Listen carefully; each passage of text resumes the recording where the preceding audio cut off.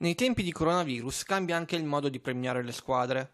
Il protocollo della finale di Coppa Italia tra Napoli e Juventus prevede infatti una premiazione che si può definire self-service.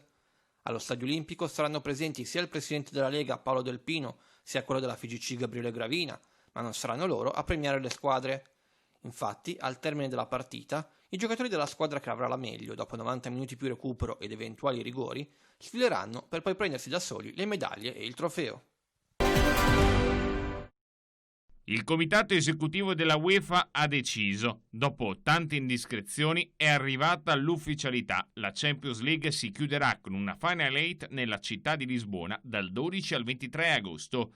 Dopo il completamento degli ottavi con la disputa delle gare di ritorno il 7 e l'8 agosto, Juventus-Lione, Barcellona-Napoli, Bayern Monaco-Chelsea e Manchester City-Real Madrid, le 8 squadre ancora in corsa, Atalanta, Atletico Madrid, Lipsia e Paris Saint-Germain già qualificate, si ritroveranno a Lisbona dal 12 al 23 agosto.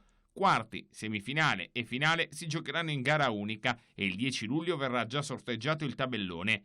Istanbul ospiterà invece la finale di Champions nel 2021, facendo slittare le assegnazioni già fatte. Le sedi dei restanti ottavi di finale non sono però ancora state stabilite, potrebbero tra l'altro disputarsi in Portogallo, oppure, come da programma, negli stadi delle formazioni che avrebbero dovuto giocare in casa il ritorno. La Final 8 di Europa League si disputerà in Germania, a Gelsenkirchen, Düsseldorf, Duisburg e Colonia, che sarà la sede della finale il 21 agosto. L'Europa League ripartirà dagli ottavi in sospeso il 5-6 agosto, Getafe Inter e Siviglia Roma si giocheranno in gara secca, la Supercoppa Europea invece si giocherà il 24 settembre a Budapest in Ungheria.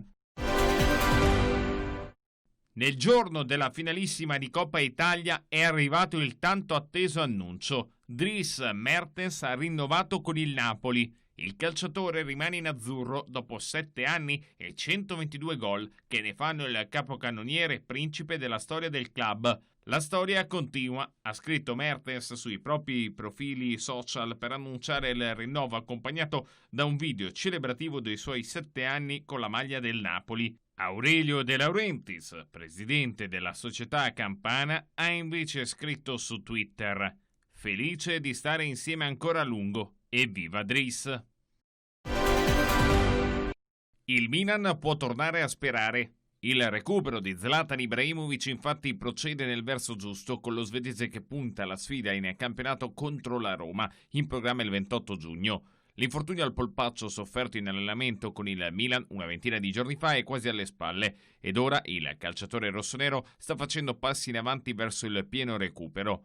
L'ultimo esame strumentale ha dato esito positivo, la riabilitazione procede bene e nei prossimi giorni Ibra potrà anche aumentare i carichi di lavoro, testando così la condizione sul campo.